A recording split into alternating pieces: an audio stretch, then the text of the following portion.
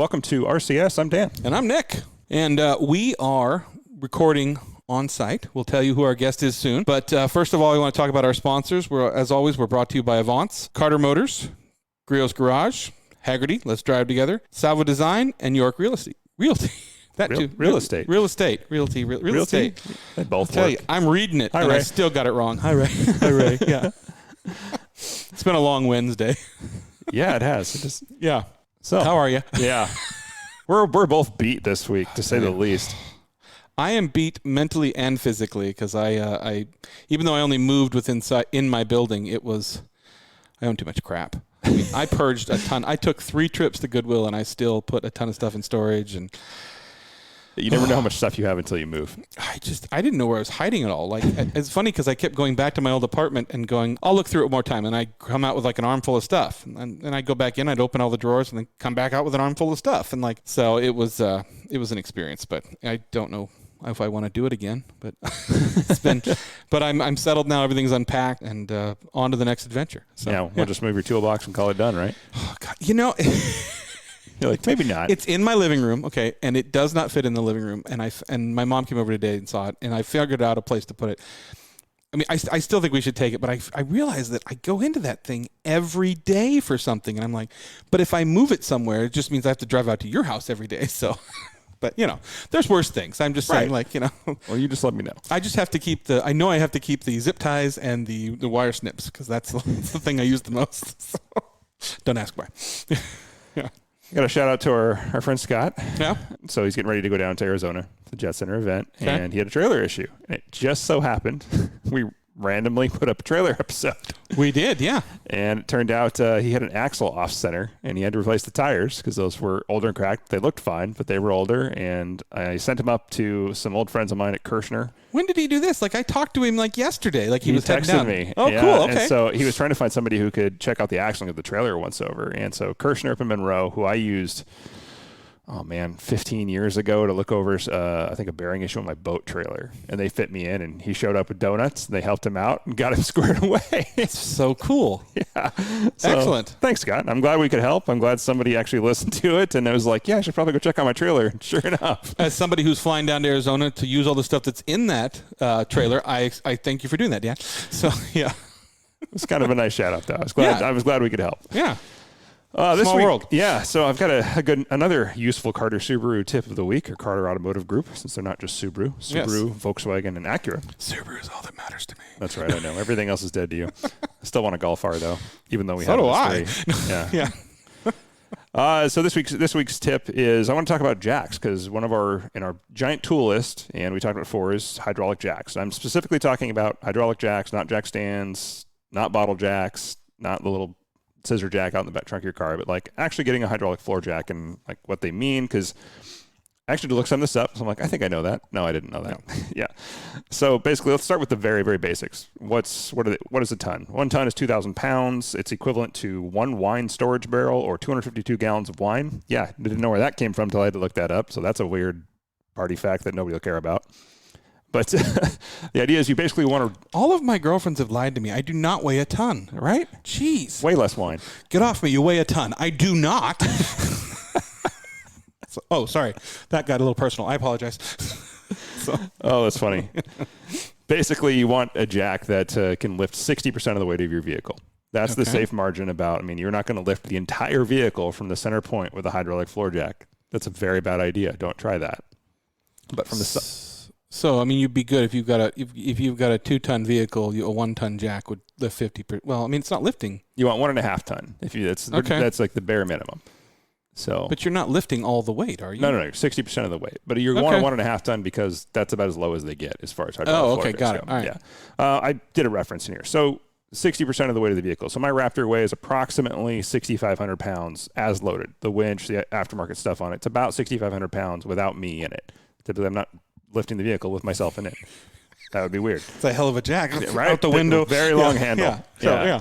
Yeah. So basically, I want a jack that can lift about 3,600 pounds, which is about 60% of the weight of the vehicle. So basically, any 2-ton jack, which isn't that big, will actually do the job for most vehicles. It's kind of the sweet spot for if you don't have a heavy truck. 2 tons where it's at. That said, I don't recommend one. I'll tell you why in a second. So most people go with the little jack you see all the time that almost everybody has is that aluminum, finger quotes, racing floor jack. The low profile. The low profile one that's made by 100 different manufacturers. That's Performance Tool or what's the other one? Harbor Pittsburgh. Freight. Yeah, everybody gets a Harbor Freight for $90. Yeah. And it's not a bad jack, actually. It's a rapid pump jack. And that's great for track days on a sports car or a small compact car. Even a 1.5 ton is going to do most cars on the road. Yeah. Not up to big SUVs, but if you've got a regular passenger car, the 1.5 ton is going to do the job. And it's not a bad jack to have. The 2 ton, like I said, kind of the sweet spot, and that's where you're going to get into long reach jacks. But I always recommend everybody go with, if you're at home and you're not taking this thing out of your garage or moving it around, the 3 ton is the sweet spot. That's the one to go to. It's not that much more. You can get it with a really, really long reach. That's the one I have at the house. Because you need it, because being the higher car. Or you have a car like that gets a really long jack point.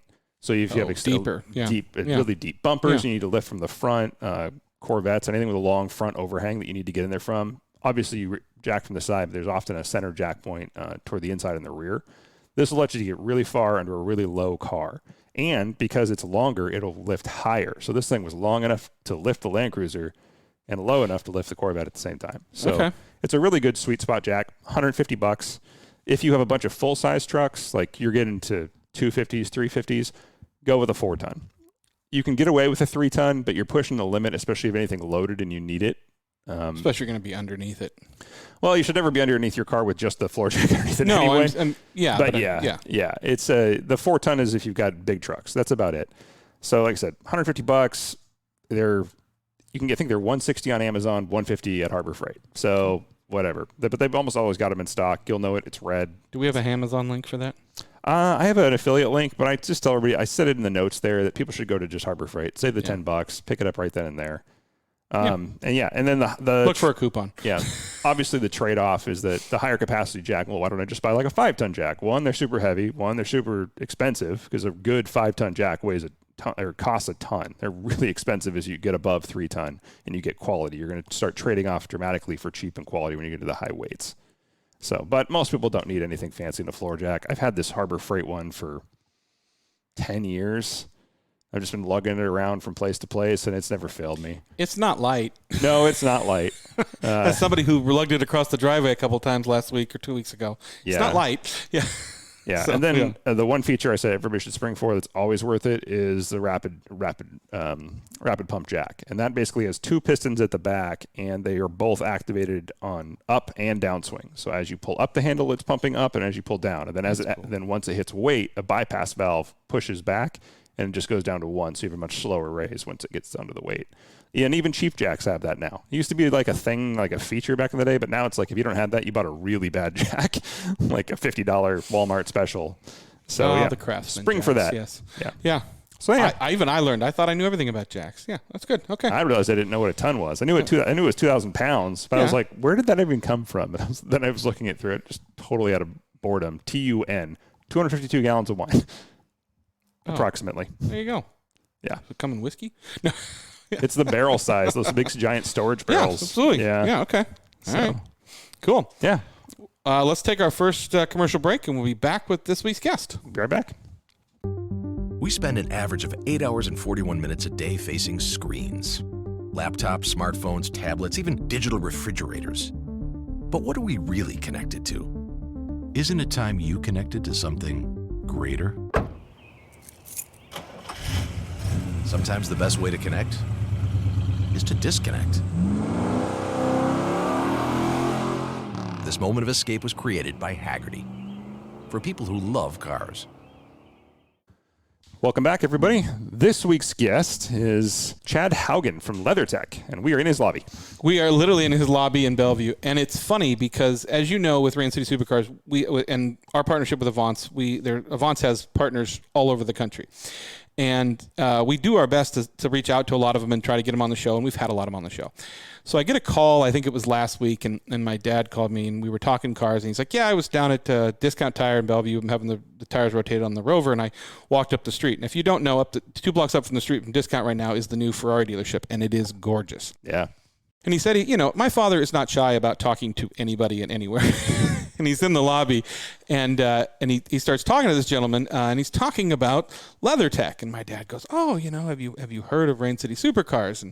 And Chad goes, "Oh, I think so." And then I start to look it up, and I go, "Oh, he's an Avance partner. I think and." 2 trains passing in the night. I don't think we've ever reached out, but it was a wonderful time. And so we'd like to welcome Chad to the show. So welcome to Rain City Supercars and your lobby. Thanks, guys. Yeah. How are you? Thanks for coming over. Thanks for making the big effort to come to the show. Yeah, geez. I worked hard on it. Look like you've been working all day. I expected to walk in here and see you in like leather pants and a leather shirt and just really living the brand. No, that's for later on. Oh, okay. Well, there you go. I like it. All right. Okay, this is going to be a good episode. Your dad was awesome. It was so fun. So tell my mom that. No.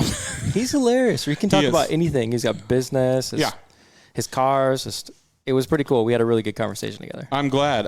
It was, like I said, it was sort of serendipitous that you guys met, and I'm glad that we could do this. And we kind of put it together real fast, but I'm glad we could, because it was funny, because I've been in the complex you're in here and and seen some people, and I've spent some time here, and of course you're right down the street from where Park Place used to be and all that. So this is Automotive Row in my mind. So this is the place to be. Yeah, before the link light rail took them out.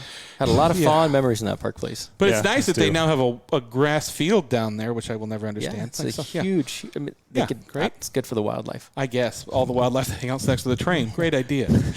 Well, City of Bellevue, they just need extra space. It'll be great for tents. Yeah, great for tents. For the homeless people to move in. Yeah, great. Just don't give them ideas. That was a tough go though when they lost that spot. I remember they were really bummed out about it, and it was like they got to find a new place now. And then I remember watching that place get torn down. It was sad because it was just a hallmark. It was something everybody knew about Park Place Ltd. And you could go there, you could see all this crazy collection of cars that was always rotating through. And I've worked for those guys for a long time, and it's just been a really good working relationship.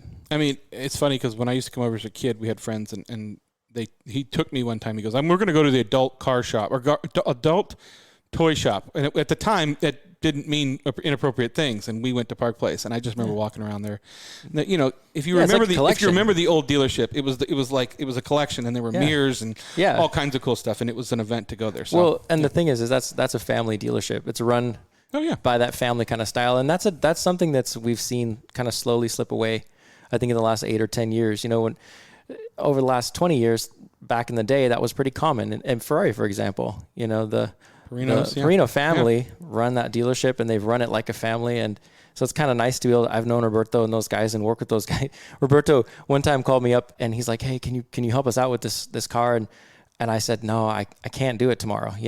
I'm not available." He's like, "Look, if you could, it would really mean a lot to me. I'll give you something. I don't care. I'll find something." So I'm like, okay, definitely. I'll make it happen. And not that I was waiting for him to give me something. I could tell he was up against the wall. Yeah. So I went down there, and I finished the job, and it was fine. He hands me like an $80 bottle of Borello. Oh, okay. It's like, there you go. Would you like me to come back tomorrow? I just grabbed that out of my cello. Yeah, I was like, okay. See you next week. Yeah. Well, let's go back a little bit. Let's talk about how you got into this business, where your passion for this came from, and kind of where you come from. I always joke that it's like, were you the Hot Wheels kid? I always liked engineering, and I was totally into cars as a kid. My first car was a BMW 318. Actually, my first car was a Peugeot 505 Turbo, but it'd been crashed on the side. That's kind of rare. Yeah, it was a super rare car. Yeah. But I got it for like $400 because it was a little dented. And then it blew a head gasket, and I got a little 4-cylinder BMW. And then did you grow up in the area? Yeah, I grew up in Bothell. So I went to Bothell High School, and I met my wife when we were really, really young, and we started dating young, and which is fine. But I realized that if I was gonna get serious in life, I better move out of the house and get a job. And I was going to college at the time, and I just hated what I was doing. I was doing like computer networking, because back in '99 and 2000, computers will get you nowhere. That's what you do, Yeah. That is boring. Yeah. Dan and I are like, Yep. Yeah. You may make a lot of money, but just the soul, So I wasn't ready to give up the soul. And watching Dan just walk back and forth, sucking his thumb. Yeah. So no comment. Yeah. I had heard about this leather repair thing from a guy that we kind of went to the same congregation together, and he's like, "Hey, you should check this out." And so the first time I saw him, do this type of, because there was no YouTube, right? It's not like you just look this up. online, right? That it was dial up back then. So we AOL, went, CDs. And so we go online, we go to the car lot, and he's showing me what he does, and I was like, I could do this. I was really into modeling as a kid, and kind of like Hot Wheels, but you're just working with my hands and building stuff. Oh, that type of modeling. I was like, you're pretty, but no. Oh, that's like, okay. Like painting. I got you. Yeah. And so he's got this thing, and I'm like, that would be cool. So I got a small loan from my dad. I sold my BMW, bought a truck. I regret that to this day. Bought a pickup truck and just loaded up with some gear and pretended like I knew what I was doing. Oh, so that's the type of training you gave yourself. Yeah, okay. Pretty much. So he gave me a little bit, but it was more of like, we're going to I'm going to shadow you for a couple weeks, and then you're going to go get your own business license, and you're going to get a territory down in Seattle and just go talk to people. Did you get a what's the word I'm looking for? Like a franchise? A franchise. Yeah, thank you. Yeah, it was so at the time he had a franchise, and I subleased a territory. Oh, okay. So that saved me from the upfront cost of the franchise. And this is with ColorTech, right? It was with a franchise called Color Glow. And they're awesome, like super good water-based products. So at the time, that really helped me to have an edge on everybody else because we had better products. And they would do training seminars and stuff. So a couple months after I got started, I went down to Oregon to do a training seminar. But I still have it. I should show you. I still have this 4x6 flip book, like the kind you get from like a Walmart store. Mm-hmm. And I think not even That's all how of I learned them. how to read. And I would just go to people and be like, here's what I do, and I just flip through these pictures and show them kind of like what we can do. And the dealers are like, okay, kid, yeah, let's give you a shot. So what do you do? Like give us a general breakdown of what you do. Leather and interior restoration. Okay. So what that means is if there's a surface on the interior of the car that's damaged, stained, scratched, otherwise worn out, especially if like high-end leather cars get abrasion and wear on the surface of the leather, then we have a water-based product. And that water-based product allows us we don't use any rattle cans or spray cans or anything like that. It allows us Do I hear a marble? Oh, no, that's go away. That's a big thing. It is a big thing. Do you remember my seat in my Land Cruiser? Yeah. In the driver's seat, I would always flaking up. That was exactly what that was from. It was a used car special where they'd go through and they just like the seat would start cracking and they'd get it good enough to sell it on the used lot. And that was all they did. And that was a very common practice in a lot of places. And then short time later, it just starts peeling up off the seat and flaking off. It just drives me so crazy because the dealer spent money to do that. Yeah. And that came money that came out of the deal that could have gone to the salesman. And it really didn't help the car. It actually hurt the car later on. Now you get this problem to deal with the car. So long story short, so basically, I had some training from this franchise and I was able to go out and have this suite of products available to me and some training available to go and start the process. So one of the first dealerships I worked for was Phil Smart. On there, Mercedes. Worked for those guys for a little while, and then I worked with Go big or go home, huh? Yeah. Let's start with Mercedes. BMW. That's how I met. That's how I got in with Ferrari back in about first year. I started working with Shannon. Over there at Ferrari. Yeah. And London Agrawal over at BMW. So, and I'm still working for those guys today. Such a small car world. Yeah, I didn't realize at the time, but when you're 19, 20 years old, you just don't know what you don't know. Yeah. So you just kind of get out there and just at 19, right? Fake it till you make it. Yeah. That's funny. Yeah, so back when my body shop days, we used to call it ColorTech, which is previously, we'll get into that in a second here. And they would, every time we'd get some nicer car and it usually would be a break-in, like we'd break the glass and then whoever the thief was would get into the car and just sit on the glass. Because that safety glass doesn't really cut you, but it'll cut up the leather pretty good. Mm-hmm. And so we'd have to call up ColorTech and get them to fix the seat because it's like, God knows how many thousands to really reupholster a seat well in a high-end car.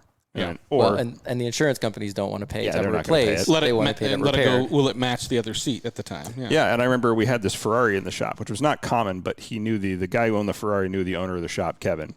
And so Kevin did him a favor, like, bring it in, I can fix it just fine. And it was what had happened is somebody had broken in the window, opened the car door, and punched out the ignition, but they weren't able to steal the car. They got interrupted at the time, so we didn't have like a major body repair to do. But we just did an ignition on it, and then it was like, just call ColorTech and have them come out. And I was like, what? He's like, they'll fix the seat, good as new. Like, you'll never even know what happened.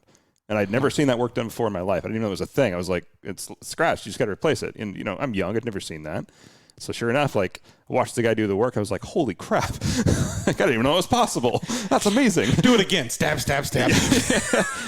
Yeah. That's a good story. I really like that. That's awesome. It's pretty mind-blowing to see. And what's the relation with WeatherTech and ColorTech? Oh, it was a really, really good relationship. So Sean actually started more of these subleases. It was awesome. And so we had this big team that kind of like took over the Pacific Northwest. And that allowed me again to have access to all these awesome products from the franchise. And so I just was Color Tech of Seattle for 15 years. Eventually Sean moved on. And so that system kind of just dissolved. And so I was able to rebrand, and all the different subleases are all running their own companies now. So it worked out awesome. Yeah. Interesting. So, I mean, you're doing everything you've got an M4 or an M6 out here to a brand new Lexus, and you're talking dashboards, center console, seats, anything that. Are you guys working with Alcantara too, as far as repairs with that? Yeah, we can clean it and then re-dye it at times. Okay. Yep. So getting it really good and clean. Sometimes it needs to be re-dyed if there's some stains on it. Or like Alcantara steering wheels. Those are really common on the Mercedes. Those die quickly. Yeah, but I can clean those up. They look really nice once they just get cleaned up. Okay. It's actually not that difficult to clean them. Okay. And then maintaining leather and stuff. Our slogan is quality leather repair by people who care. Oh.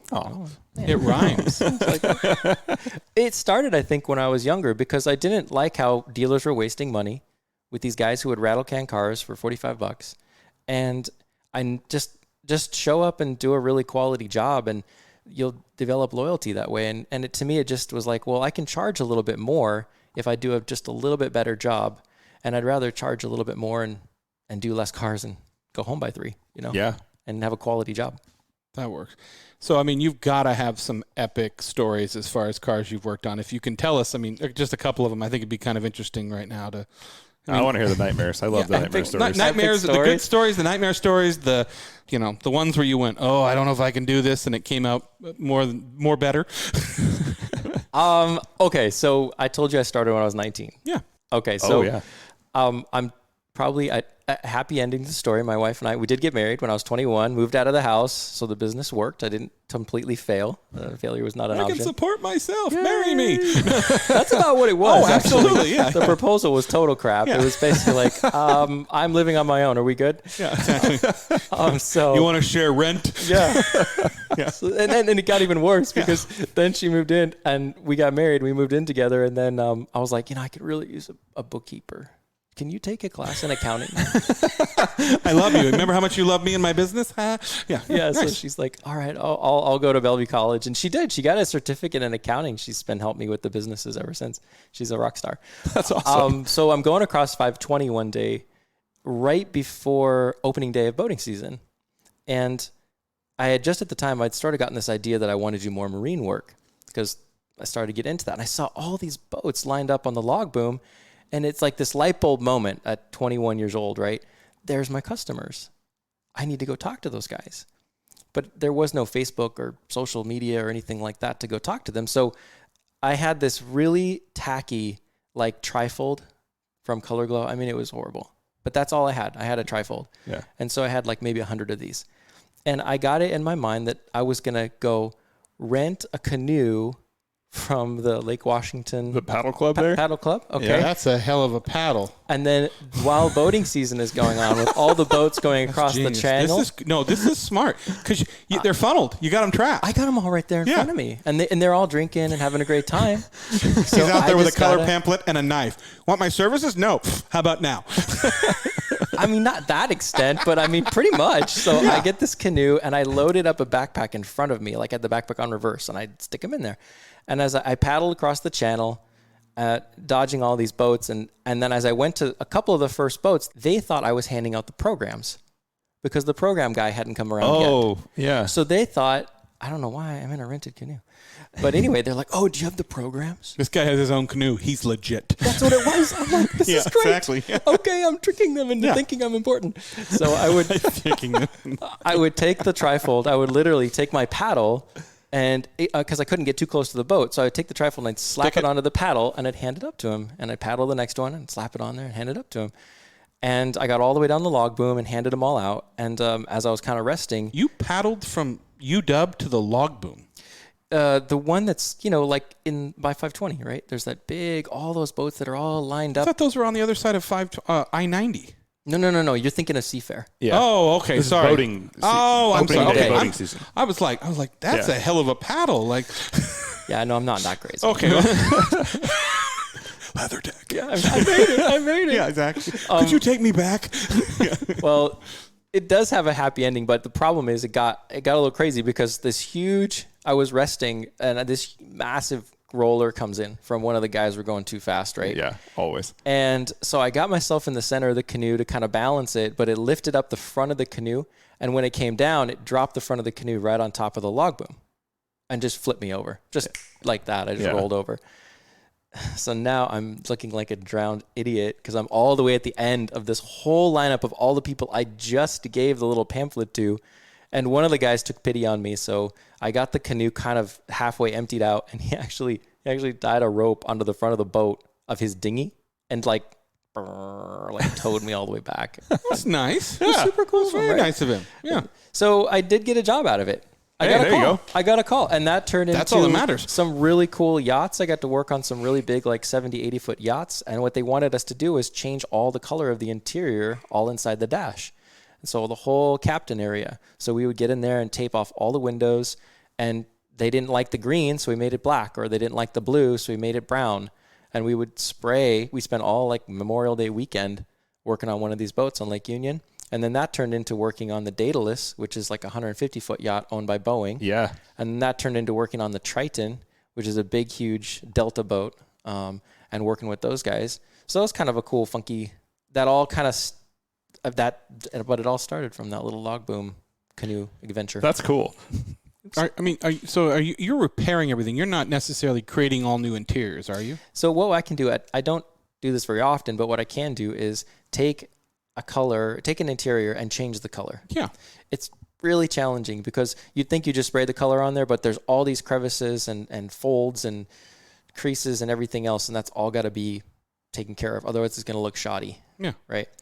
We just had a 1977 Morgan in here. The car's basically like a wood frame. Wood frame. Old school Morgan, yeah. Yeah, so we changed the whole interior from that from brown to black because he didn't like the brown color.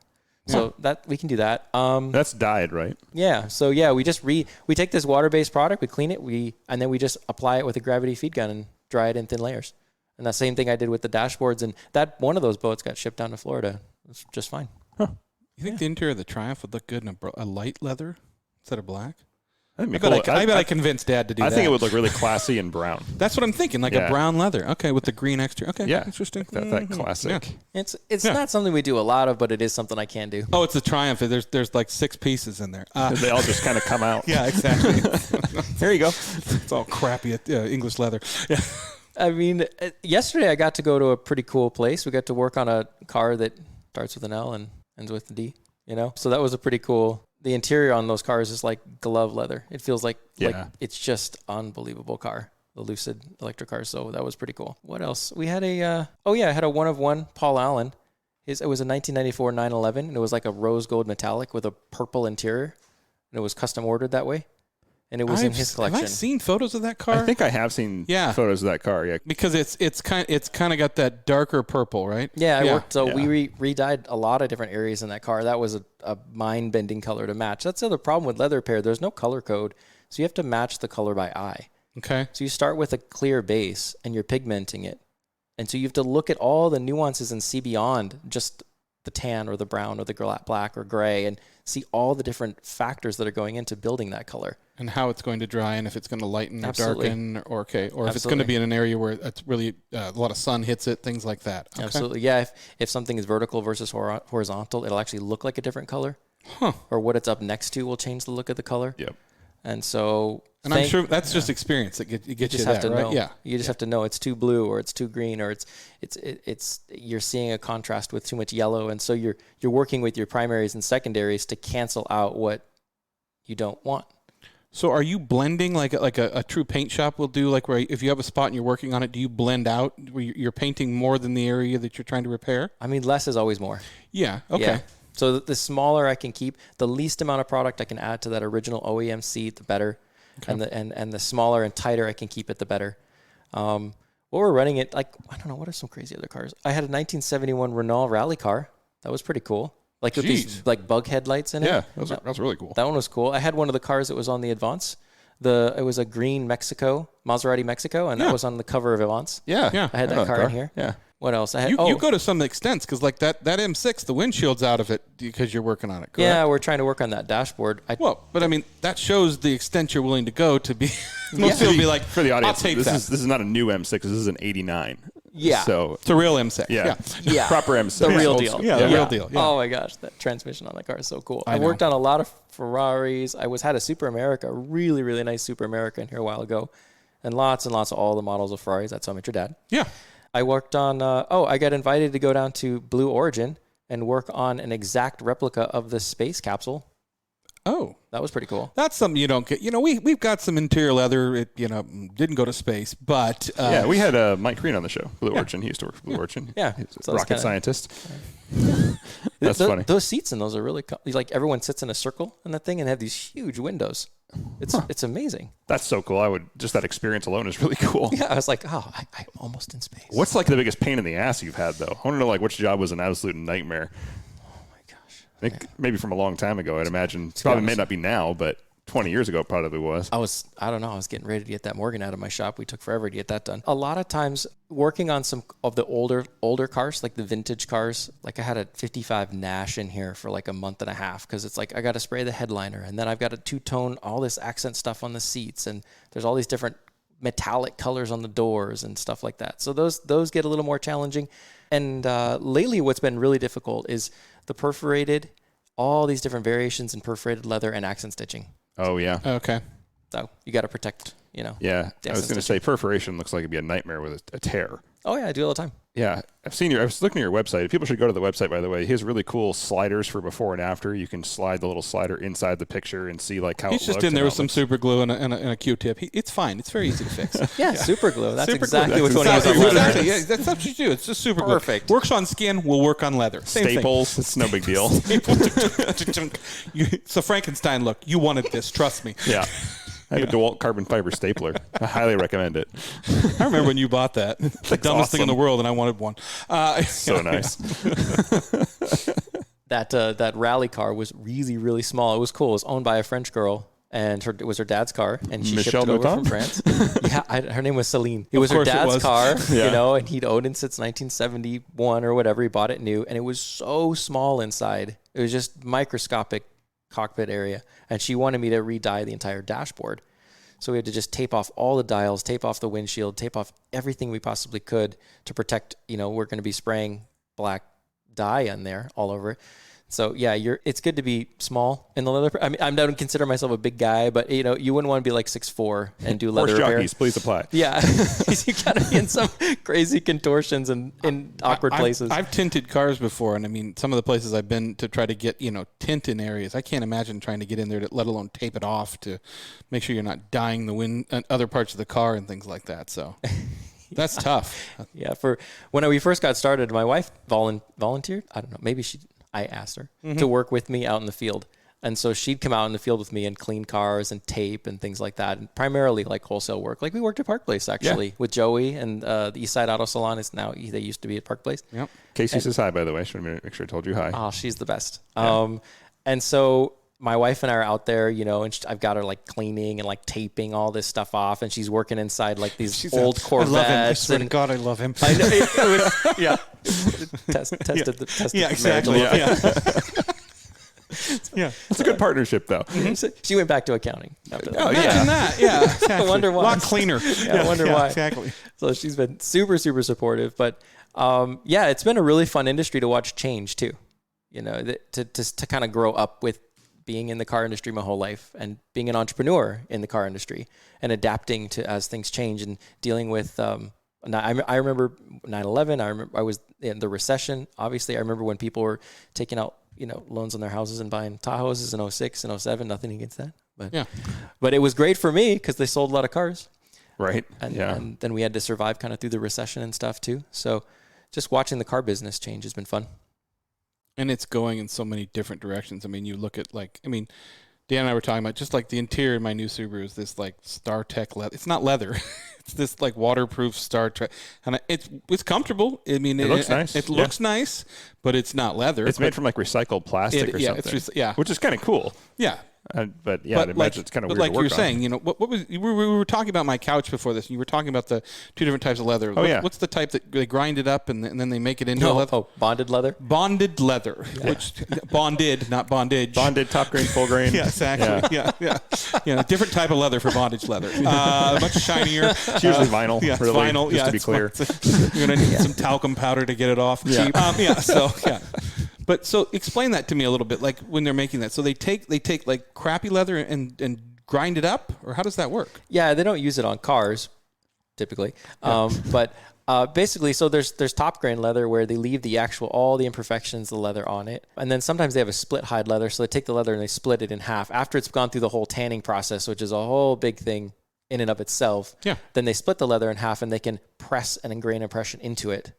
Okay, just they like steam run it through a machine and it presses a grain, and then they take. Are you trying to tell me that my crocodile boots aren't real crocodile? I mean, what the hell? You can believe they are. Yeah, it says Crocs on it. It says right on it. Yeah, so it's got to be a crocodile. Yeah.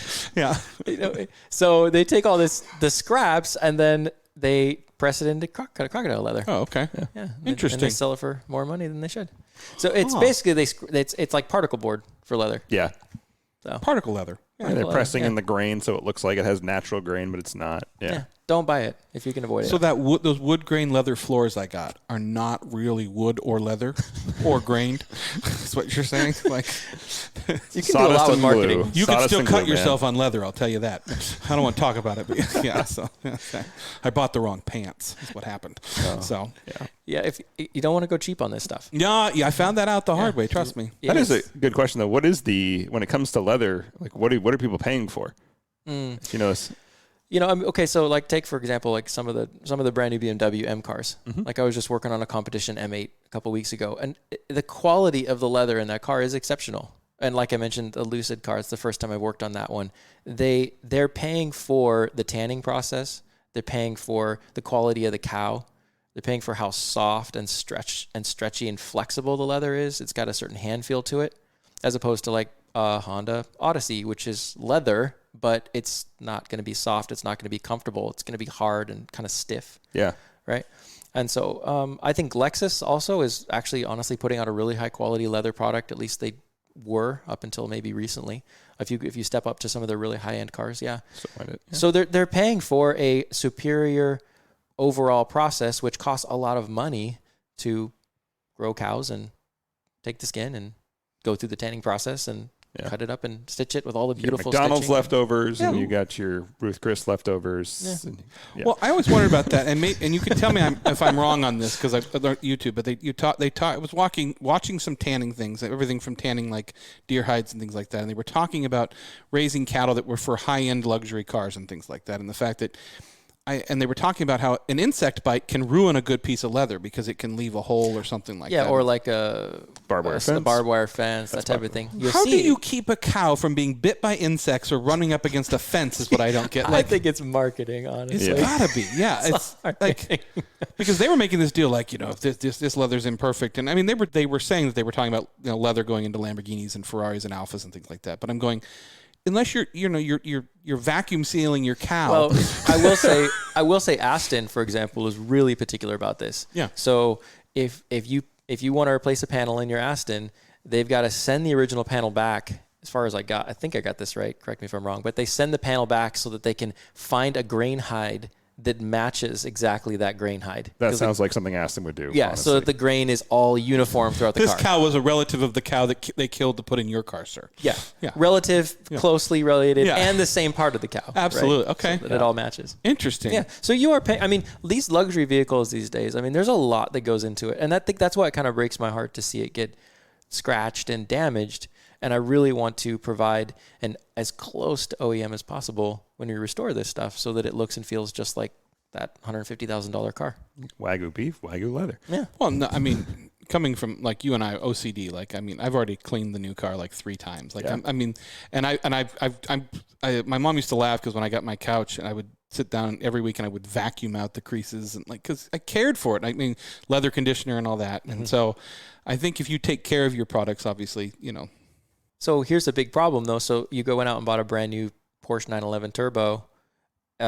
We just had one in earlier today. And I was trying to explain to the customer, you have a leather wrapped dashboard. BMW M cars, a lot of the Mercedes cars are leather wrapped dashboards. This is a horrible idea. Horrible. You've got a dashboard that's going to reach, 180 degrees on a consistent basis. Yeah. And it's wrapped in a natural product, skin-based product. So what we find a lot of times is the leather will shrink. And so it's really important to condition that leather regularly.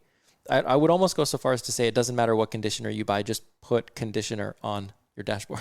If it's a hot day, get in your car and dump cold water all over your dash. So that will really help. That's a known problem with cars in Arizona, but especially R8s. I looked at several R8s when I was shopping for them in Arizona, and 2 of them had shrunken leather dashes, and they were like 19s. They weren't old. They were less than a few years old. That's what happened to DJs.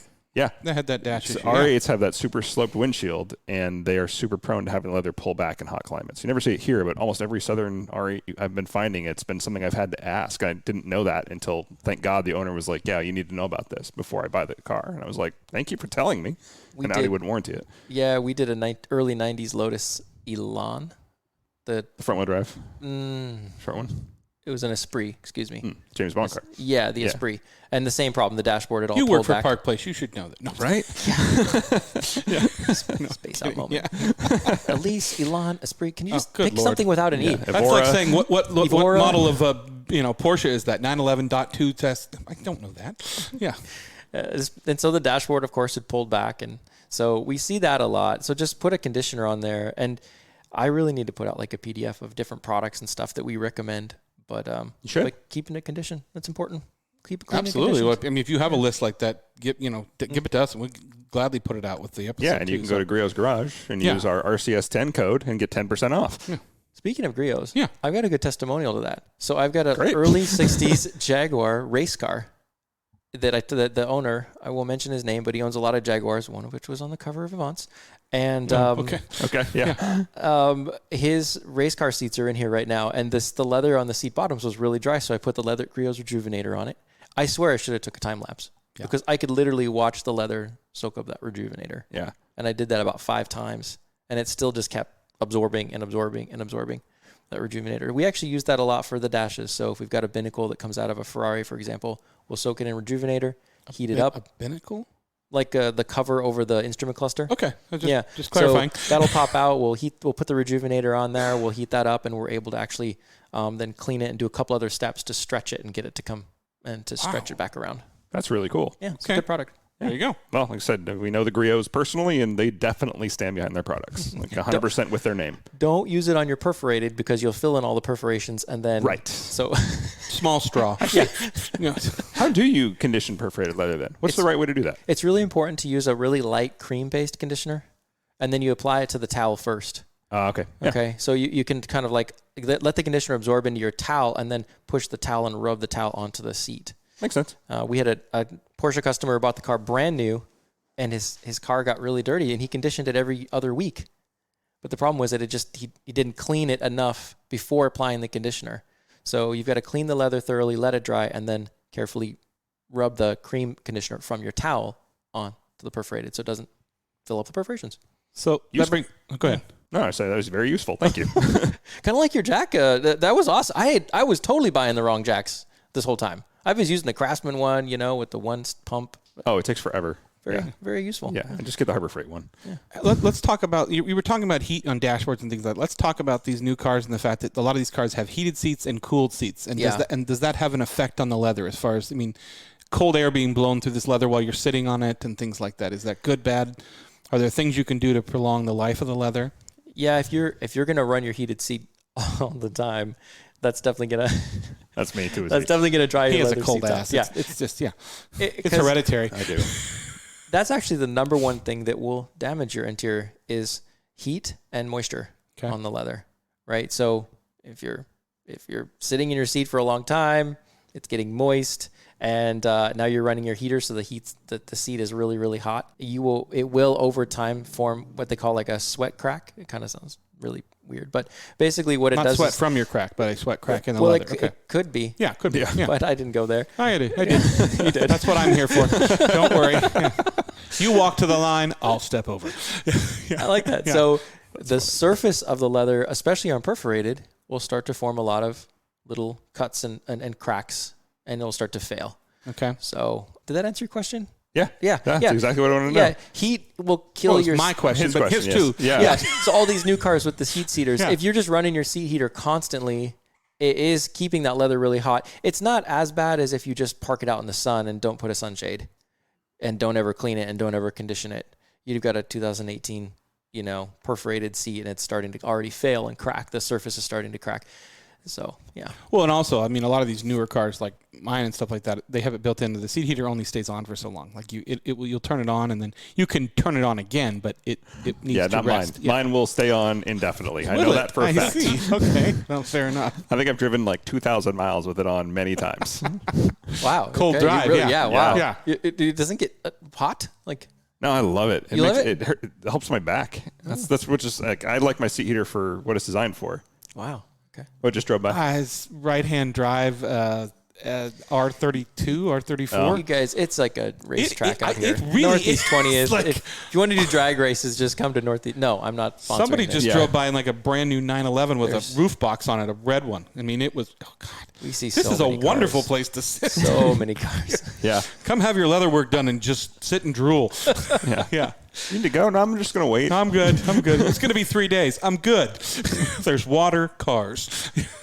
You guys are awesome. You got everything right in your backyard, and you got the brand new, McLaren, Lamborghini, Yeah, open Bentley, road. Rolls Royce. That's the first time I've driven by there. That's is insane. Is beautiful. Yeah. They took over the old BMW dealership and remodeled it, of course. It looks beautiful. Then you've got, of course, Park Place down the road. So you've just got exotics Buick, all the time. GMC, and then what else? The BMW's Acura's down the over road, there, Acura. yeah. I mean, it's car row here. Yeah. Yeah, and it's Bellevue. I mean, you take a road trip out to other parts of the country. I love doing that. Go down to Utah or Montana or something. And then you're coming back up the 405 or on the I-90, and all of a sudden it's like, it's like this tech hub, massive Bellevue. It's just crazy. When I drove the to the roof. 911 back from Delaware, it was like the nicest car I saw the entire way across the country was a Z06. Yeah. And that was, which was nice. I had one. I loved it, but it was weird. Yeah. Because you get so spoiled with it here. You don't realize how much luxury car action there is in this area. California, but it's got the environment for it. Here, rainy day, it doesn't matter. We always used to joke when Dan and I were working at exotics, and I think Tom came up with the fact that it's like we would accept cars into exotics that you wouldn't see at Safeways. Well, here it's really hard because you can go to the Safeways and see 2 McLarens, a couple of Uruses. Uruses are becoming like Lexuses. I'm Plaids. like, geez. Tesla Plaids and everything else. Oh, God, yeah. Yeah. I couldn't drive a Plaid. I love the Plaid, but that steering wheel, I would kill myself. So I went to the office today, worked from the office. Good for you. I'm glad. Yeah. Well, I mean, we only have like one parking floor now. There's nobody there. There are 2 Tesla Plaids. Yeah. Plaids. I was like looking at because the rear hips are a little wider on those, and I'm like, is that a Plaid? Oh, sure enough, we'll walk up to it. Brand new Plaid. Around the corner, there's another one.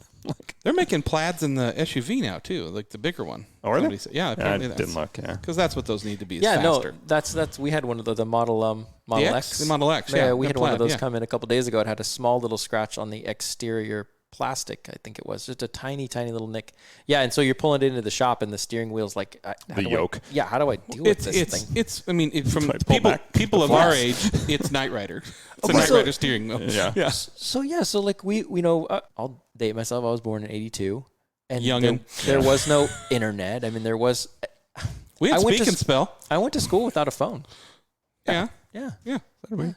But I You're preaching to the choir here. Yeah. So they're like, and we were born in '79. So you guys are old. Yeah, I know. That's right. Yeah. You're actually a millennial. Stick it.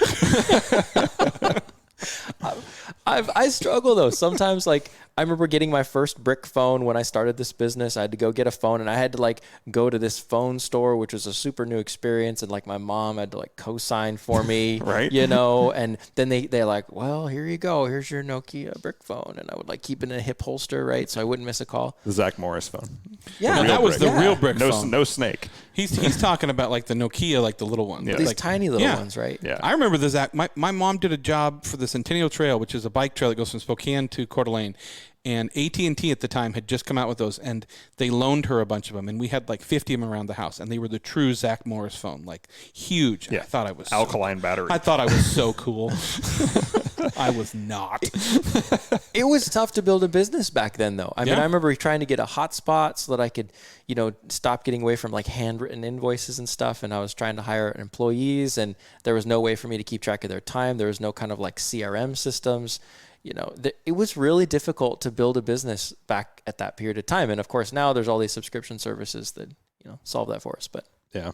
Which is wonderful. I was talking to a good friend of ours, DJ. And I don't know the name of the system, but basically it's an online calendar system where you can assign tasks to people in the offices, and then they can update. Which is just, it's an oh duh situation. I mean, I don't need one because it's me and I'd be assigning myself tasks. But it's just, technology is cool in the way that it goes. So, did you mention that? Were you working on the outside of a Tesla? They had, so we can also repair like molded plastic. Okay. Yeah, which is what I need done in my truck. So just actually. a heat That's gun and what? That's about it. Kind of. Yeah. No. Just take a heat gun and just go for wait. it. Yeah. Just go for it. Yeah. It'll get soft eventually. Just hold it there until it goes. Crank Turn it it up on high. No problems. You'll be fine. Yeah, you're good. Okay. Let's talk about that. Yeah. How does that work with plastic? Yeah. So like, say someone's got like an Audi or something with a bezel on the front or the back, and they back into something. We don't do a lot of it, but occasionally it comes up. So we just treat that just like any interior plastic panel, right? So we can heat up the plastic so that it's moldable, and then use some epoxies to fill it, smooth it out. And then I have a really, it's still a water-based product, but it's like an acrylic hybrid product. And so I'm able to apply that over the top and blend it out. And we've had really good results. Cool. Yeah. Yeah. It's another option. Yeah. So, yeah. Yeah. So you wouldn't think of it as far as like leather and interior repair, but yeah, we do that occasionally. No, but like I said, that's the point, kind of understanding exactly what you do. I mean, I think you narrowed it down when you renamed the company LeatherTech. I think that helps, Like the color tech. Yeah, coloring what? Well, they're really big into watercolor. It's an art supply store more than anything. Finger painting, really. Finger painting. Should have seen our logo. Easels. Yeah. Our logo was brutal. It was like red, yellow, green swooshes underneath this like italicized. Yep. Yeah. I remember the van. Yeah. It was a van, right? Was it he had? Yeah, he had a van. Yeah. Okay. He had a van. Not for work, but he had a van. Yeah.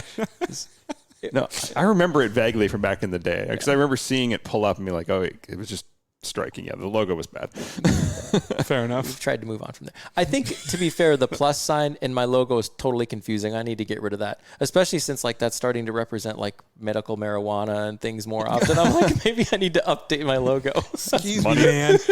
My seats are ripped because I put my weed in it. So if you could pull the weed out and fix the seat, that'd be great. Absolutely not the impression I want to give. Yeah. I didn't see that until you just said it. And I was like, huh. I would have thought the people would be like, oh, it does leather, and then there's a tech. Yeah, it does like technology. Yeah. Well, I like stereos to think there installs. is. And, Yeah. There's a certain amount of I think what's cool about this job, if there's one thing that I really, really love about it, is dealing with color and being able to see color. And you're working with your hands all day long. You're able to kind of like work on the textures, and you're developing color from scratch just constantly. And you're seeing all these nuances of color. And I think that it's an amazing gift that we can even see color. Somebody just went by doing a wheelie on a Grom. Sorry. I was just, what? Yes. Just up the hill. Sorry. Just now? Uh-huh. That's what I was like. Let me wax poetically about color. Exactly. Yeah. No, I mean, you really had my attention until that. I was like, wait a minute. Sorry. Yeah. Don't do that, children. Well, like you said, you don't have color codes to get back to that. So, I mean, you're just constantly, man, that is a skill. That is a tradesman skill. And you have to be fast. Otherwise, you don't make any money. Yeah. You got to build this stuff quick. Yeah. And if you get it wrong, if there's accent stitching, for example, you got to tape the stitching, and that's a hard paint line. So you can't blend past that. Yeah. Right. So it's got to be right on. Otherwise, you'll see the difference in the color. Yeah. Have you ever had to take anything apart, like actually take a piece of leather out of a car, like unstitch it and dye it? And that's a common misconception. So like we end up passing up a lot of stuff to upholstery shops. Sure. To have upholstery shops replace stuff. I once had to take apart an LS430 seat and replace all the air bladders. Oh, yeah. Yeah, they thought we would do that, and I'm like, all right. So I just took the seat out and did it. It wasn't fun. Yeah. Really easy to pop. I'm a bitch to get back in. Yeah. They gave us all the new parts. We just had to put it all back together. It worked out fine. I've done a few of them now, but... I've done enough cat skin interiors back in the day with a hog rig. Yep. I understand how to do it. It's not fun. No, it's not. I jammed my finger all the way through with an awl one time. Like it went in and out the other side. I was going to say, you must go home. I'm looking at your hands now with different colors on you every day. It's like, what color will he come home today? Yeah. I should be wearing gloves. Yeah. That's that Jaguar actually I was working on. Oh, yeah. Yeah. It's a nice green. Yeah. just painter life. Yeah, fair enough. Yeah. Fair enough. That's funny. All right, well, let's take our next break. We'll be right back. We'll talk a little more, and then we'll close this out. We'll be right back. Grandpa, what do you call this thing again? It's a 66 Ford Bronco. I think you got ripped off. Why is that, honey? It's got no Wi-Fi, no USB port, no Bluetooth. Exactly. I guess we'll just have to talk. Sometimes the best way to connect is to disconnect. Is that the window button? It's called a window crank. Cool. The faster I move it, the faster it goes down. This moment of escape was created by Haggerty Being old is kind of cool, Grandpa. Works for me. for people who love cars. And we are back. So explain to me, how did COVID affect your business? Like, we saw a huge uptick in people buying cars and bring a trailer and things like that. Did that help your business around here? It did, because we're split between retail and wholesale. And so at first, of course, we took some time off, and like everybody, and then came back to it, and we started to see this really big resurgence in people wanting to restore their cars. And it was actually a really big boom time for our retail business, which was awesome. And I think it was really cool for everyone to kind of just take a step back and look at the car that was sitting in their garage the whole time and think, maybe I should do something with this. Maybe I should work on this. So it actually worked out reasonably well for the business. Another unexpected thing was we started to see costs of used cars going up. Yes. Yeah. That is a big part of our business, is working with the high-end used car managers. And they want to make sure that if they're going to charge that kind of money, that they have a top quality product. Prices have gone through the roof. More than I've ever thought. Cars that are selling with 30,000 miles on them for $7,000 or $8,000 more than they were new. So since we're doing, as a vendor, so they want to make sure that car looks like a new car now, because that's what people are expecting. So they're willing to spend the money to work to get them looking new again. Nice. So that worked out good too. How many people do you actually have working in the business? So I have 2 technicians, and I'm actually interviewing a guy this Friday. Nice. So Okay. Hopefully 3. Cool. Because you have the store here in Bellevue, and then you have 2 or 3 mobile trucks that run out. Right? I have 3 mobile vans. 3 mobile vans. Okay, that's what I thought. Okay. Busy guy. Yeah, and I at the time, I actually for like 4 years I was running 2 businesses. So I had this business running, and then I started a whole nother business, and then scaled that up and was able to sell it in 2018. What was that? So we started a business doing roof and exterior cleaning. Actually, believe it or not. Huh. Nothing to do. I with could other see that things. around here, especially with the Pacific. No, I'm serious. Like got moss with the moss and the storms. Yeah. And yeah. So okay. we kind of niched into multifamily, like garden style multifamily, and we used a process called soft washing, which is a combination of bleach, water, and a bleach stable soap, to make it really simple. And we had trucks with these 12-volt pump systems, and at one point I had a 750-gallon tank of sodium hypochlorite in the back of my shop. So who doesn't have one of those? Right. It's tanker trucks, Yeah. unloading. So yeah. So Right that's way to get cool. rid of a body. It was that just something you kind of came up with? Like I was, to be honest with you, I was kind of ready to do something different. I wanted to sell ColorTech actually, and that didn't come together. But at the time, I'd already taken out a loan and to start the other business, and so I kind of had to run both of them. Okay. And I learned a lot about entrepreneurship. And you had a live-in accountant, so why not Right, run more yeah. businesses, right? Oh, Yeah. she loved this idea. Oh, yeah, I'm sure. Yeah, Of course, I promised I she'd didn't have want to spend nothing time to with do you with anyway. it. It's fine. Your ambition is annoying. Yeah. She's like, why are we doing 2 businesses again? Can you just pick one? Pick one. Yeah, pick one. Choose. Yeah. She So, sounds like a great woman. so eventually we did. Like a friend of mine down in Oregon sold his business, and he passed along our P&L to his buyer, and 6 months later we had a deal. That business was sold. Sweet. Wow. Yeah, it was a fun experience. What do you do in your free time when you're not working? Like, do you have family? Do you have hobbies? Things like that? For the last 7 or 8 years, my wife and I have been learning to speak and read Hindi, so we can reach out to the Hindi, the national language of India. Okay. Yeah. So we can we've noticed there's this big influx of people from India that have moved here because of the tech system. Of course. And so we wanted to be able to get to know the language, get to know the culture, and get to know kind of like how we could. Most of them speak English, but we found that a lot of times their parents will speak Hindi. And you come as a family unit. There's a bunch of people that live in my building. That, Yeah. Is it a hard language to learn? It's very hard to learn. Okay. Wow. I had no idea. I've heard a lot of people talk about learning French or, Chinese or Spanish, but not Hindi. That's the first one. Which That's the should be first. extremely valuable here, of course. Well, you know Hindi. You know Hindi. Yeah. Huh? Yoda. Yoda. Yeah. This is the Hindi word for warrior. Oh. So Star Wars. Master Yoda. Yeah. Speaking backwards, you will do. Hindi learning you must. There you go. So that's Hindi. That's the grammar. It's all backwards to English. No idea. Which is actually correct. In English is backwards, but Right. Yeah. I was saying English is a mess. total mess. No. Khaki. That's a Hindi word. Khaki. Pajama.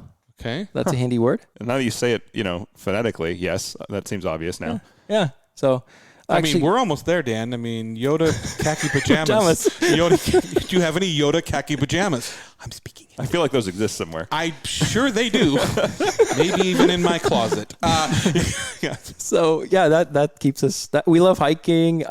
We've got a little. Actually, before we first got married, I bought a E30 convertible. I tracked the lady down at the parking lot, basically, and I was like, "If you ever sell this car, you got to let me know. Here's my number." And she did. She called us, and we bought the car, and then I actually sold it to my dad. He kept it in the garage and didn't use it, and then he was kind of done using it, so he gave it back to us. So we drive that around. That's cool. So it's kind of nice. I was going to ask you what cars you actually Yeah. drive. Yeah. That was my next one. A 1990 E30 cab with a hard top. I've got a 2017 F250 diesel, so we can pull our trailer. My wife's hybrid car for gas mileage. I've got an old 1996 T100 that I bought 20 years ago just to build the business, and I still have it. Okay. The car's only got 300,000 miles on it on the original engine and transmission. That's cool. So that's a good little truck. And then our work vans. Yeah. I mean, that's a good fun stable. Fun stable. Yeah. Yeah. Wow. I'm sort of blown back. I've never had anybody learn Hindi or does that kind of collecting. That's cool. I feel like it probably should, but yeah. Yeah, you should. Yeah, absolutely. Yeah. Have you guys ever been to India? No. I would have probably gone for work if it wasn't for COVID. So it is awesome. It is totally crazy, and it's totally awesome. We have a very good friend of ours, Gaurav, grew up there, and he's told us many, many stories and talked about his growing up there. But it sounds amazing. I think I'd die of the heat, but go in the wintertime. Yeah, okay. For sure. Good to know. But it's a really, really cool place. Yeah. So you guys have spent time there then? You guys went over? We were only able to go for 3 weeks. So I took 3 weeks off in January and went there. And we had plans to move there for a few months. Of like January, like last month? Prior to COVID. Oh, okay. Yeah.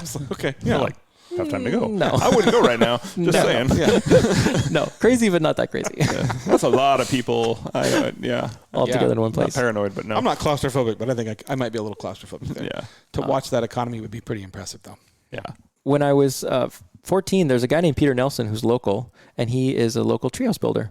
And so, I mean, the guy that was on TV? Yeah, the guy with Treehouse Masters. Yeah, I got to meet him. Yeah. He's a really, really nice guy. So he put out a book, and this is, again, prior to YouTube and the internet. And when I was 14 years old, my grandma bought this book for me and my brother. And so I thought this was a great idea. So I just looked over the book and used that to draw up some blueprints, and I draw up some plans. My parents had some property in Bothell with some really nice Douglas firs on it.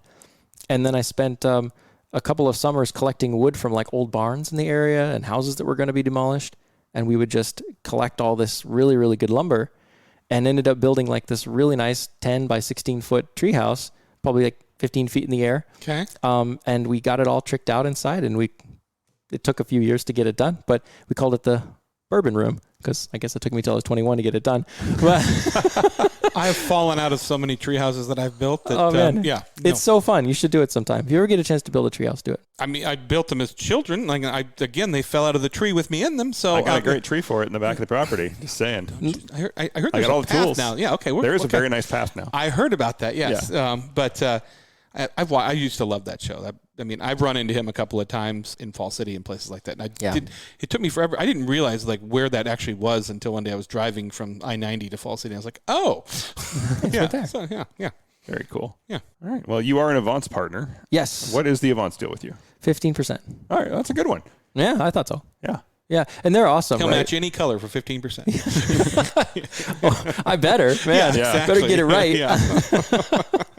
Yeah, so Avance has been really, really cool. I really want to take my Toyota out there, do a little off-roading with them. 19th. You gotta come out. We'll be there the 19th. And really? We will be serving, if I'm around, we will be serving hot dogs, and we got a cooler full Don't of you water. dare leave me alone again.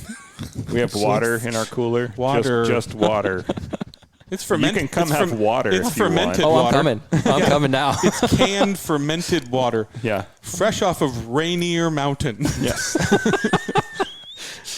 Yeah. Come get some. Yeah. Cool. Okay. But they're We'll do. Costco dogs. I don't get like crappy hot dogs. No, this is the real thing. Yeah. Nothing But less we're for not going to Avance. run out this time, even though I bought twice as much as I thought last time. It still ran out. Yeah. So we need a minimum of 100 hot dogs, we found out, per event.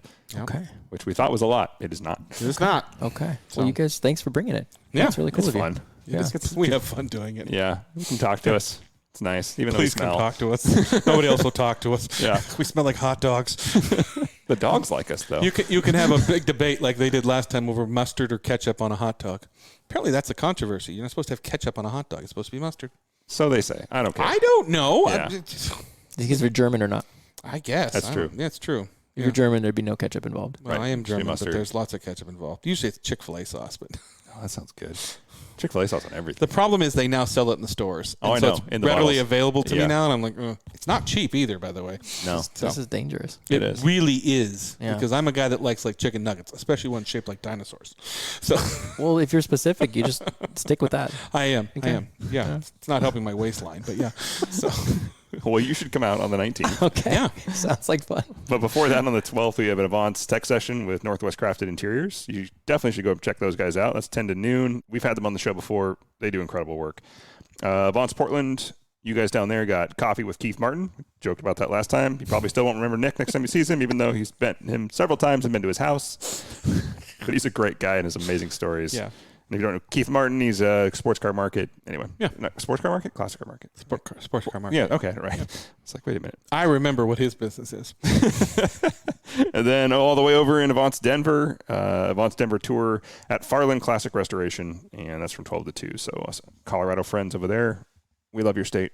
Yeah. Well, we really appreciate you having on your show, and if people have questions or not, we'll get your website in there, and they can call you if they've got questions about their leather, or just bring pictures of your couch in like I did and say, hey, can this be fixed? Check out your That happens website. a lot. What is your website again? Yeah. It's leathertechrepair.com. Okay, leathertechrepair.com. Check it out. It's very cool. Like it has said, it has sliders on the photos. You can see what it started and how it ends up after they touch it. That's the tech part. Yeah, That's on the tech website. part. It's the website. I'm glad you guys like that. I had doubts about that, but No, it's really cool, actually. Okay, cool. Yeah, Thanks. it's like easy before and after. So it's like, oh, that's really nice. Thanks. A lot of If not, stuff. then I'd have to pull up like two windows and like look out. I don't want to do that. That's Yeah, I could see that'd be a lame. That's why I put the sliders in. Yeah. That's a good idea. It really is. Yeah. Yeah. This has been really, really fun for me too. I'm Thank glad. you so much Yeah. for coming out. It's fun getting to know you. Thanks. It's a lot more to it than I thought, and it's cool to see your shop. And yeah, I'm sure we'll cross paths very You could soon. eat off the floor here. Yeah. I mean, it's a insanely really nice clean place. and nice. So yeah. Yeah. Well, for this episode of Rain City Supercars, I'm Nick. I'm Dan, and don't just get there. Enjoy the drive.